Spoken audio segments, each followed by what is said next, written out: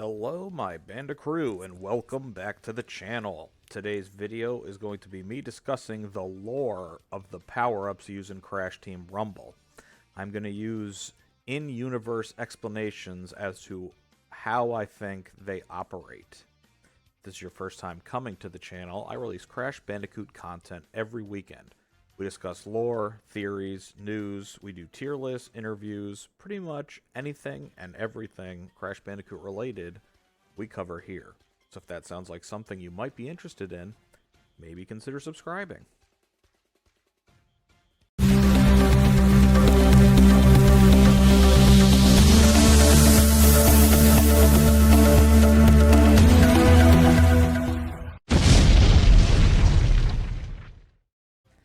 The power-ups of Crash Team Rumble.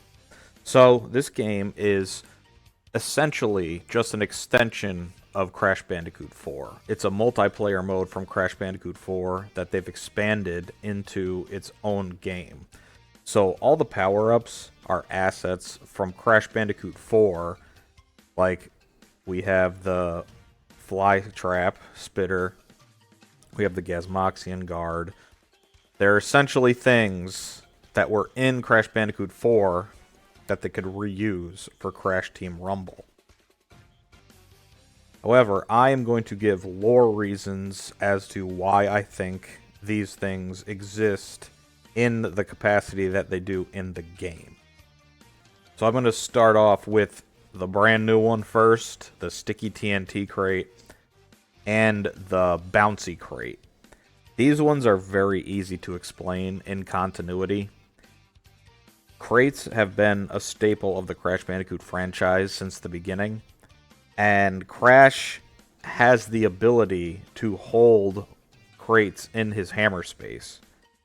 As seen in the Thumpa Wumpa Island extension of the Skylanders game, Crash has the ability to pull TNT crates out of his hammer space as he spins around and attacks other minions. So that explains the sticky TNT crate. Crash can just pull crates out of hammer space. So if we're going to assume that all the players are on the same playing field in Crash Team Rumble, they can also pull out TNT crates from their hammer space. And if they can pull out TNT crates, I see there's no reason for them to not be able to pull out the bouncy crates as well.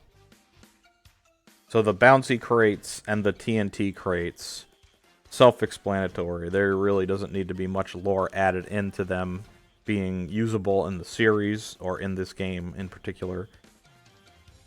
Bouncy crates and TNT crates explained. Now I'd like to talk about the species. So we have the Venus flytrap spitter, which isn't really new to the Crash Bandicoot franchise. They've been in the series since Crash Bandicoot 2 back in 1997. But this species in particular was from the Oedipus dimension in Crash Bandicoot 4. So him appearing in the standard universe where Crash is playing each level of Crash Team Rumble, it doesn't explain how he can appear in all of them if he originates from the Oedipus dimension. I personally believe whoever's setting up the games have given the combatants seeds to plant to make these creatures. So on top of having the crates at their disposal, they're also given the fly trap spitter seeds to use at their disposal, if that's what they pick for their power-up, so they could use the seeds. And they in the series, you've seen the plants grow and shrink into the ground instantaneously. So I don't think it's that big of a stretch to think that if you just toss the seed down, it'll just instantaneously grow up into the full flytrap spitter. And now we're going to talk another species. We're going to talk about the Gasmoxian guard. The internet has dubbed this fella Greg. If you didn't know that, now you do. It was on Twitter and Toys for Bob acknowledged it, so now people, they like to call him Greg. There's a red one and a blue one. I don't believe it's specifically one of the Gasmoxian guards that you see in Crash Bandicoot 4. I believe that he could easily be a mercenary that you hire. It's kind of throwing a monkey wrench into the cogs, because continuity-wise, this should still be before Crash Team Racing.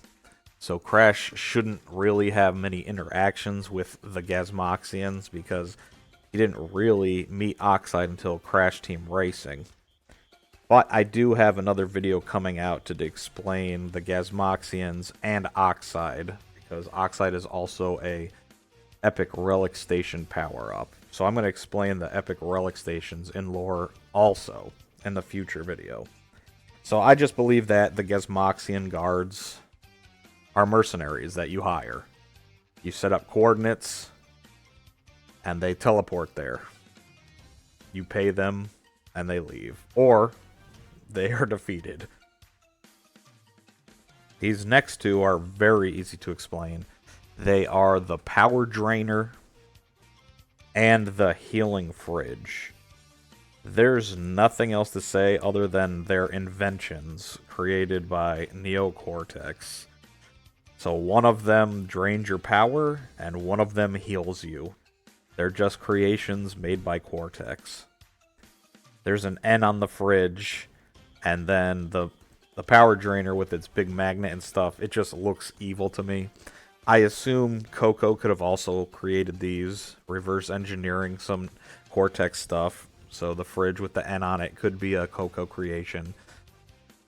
So either Cortex or Coco created these, or maybe they created them together. So you have the Healing Fridge and the Power Drainer. Which leads us to the last two power-ups. This one's kind of a cop-out on my part, because I really don't like this power-up, but there's not much to explain about it. It's called the Garbage Dump, and literally garbage just falls from the sky onto the characters. I wish that they didn't have this as a power-up and it was more Crash-like. This doesn't feel Crashy to me at all. Garbage falling from the sky.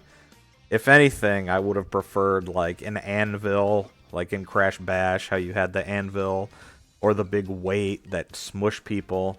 Heck, you could even have like a boulder come rolling by and crunch people. The garbage dump just feels awful. But a lore reason would be they're just teleporting trash. So that's easily explained, I just don't really like it. And then we have the final power-up, the Wumpa Stash.